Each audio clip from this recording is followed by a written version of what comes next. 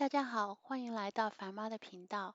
今天的视频，我和大家分享一下氢次鹌醇，以及我是如何发现哪支鹌鹑下蓝蛋的。氢次鹌醇是一种产浅蓝色蛋的鹌鹑，蛋的颜色像青瓷，名字由此而来。氢次鹌鹑下的蛋颜色有深有浅，有的有少许斑斑，有的没有。这种鹌鹑是一种特殊品种，它们携带一种罕见的隐性基因，使它们的蛋呈现出浅蓝色。这种基因被称作为青瓷或者 CE 基因。这种基因是产卵色体隐性基因，这意味着生蓝蛋的鹌鹑必须拥有基因的2个 copy， 所以它必须从父母双方那里继承这一特质。青瓷鹌鹑蛋相对来说会小一点，我的这只鹌鹑下的蓝蛋一般是在10到15克之间，刚开始下的几只蛋偏小，后来一般是在13克左右。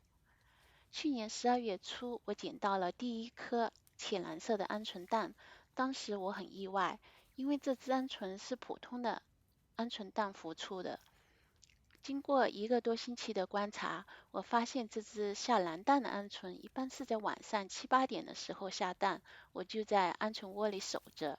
第一个晚上，有只鹌鹑一边走一边叼着松针，这是鹌鹑下蛋时有的动作。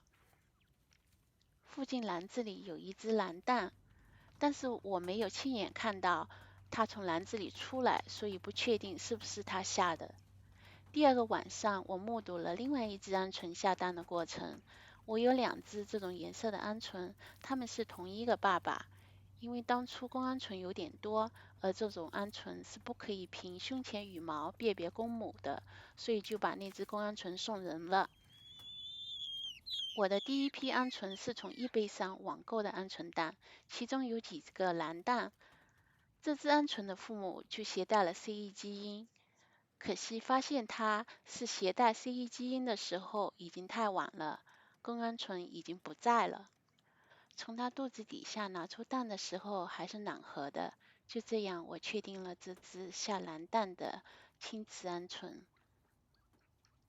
青瓷鹌鹑下蛋比较晚，一般的鹌鹑8个星期左右就开始下蛋了，青瓷鹌鹑至少需要10个星期才会开始下蛋。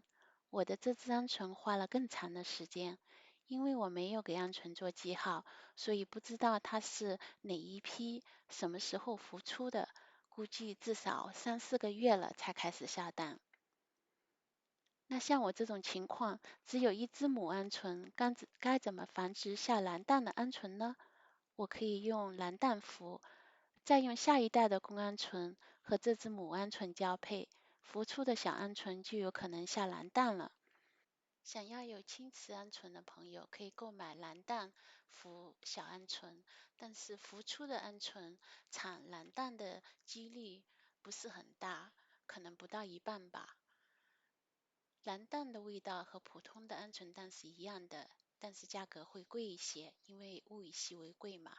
今天的视频就到这里，谢谢观看。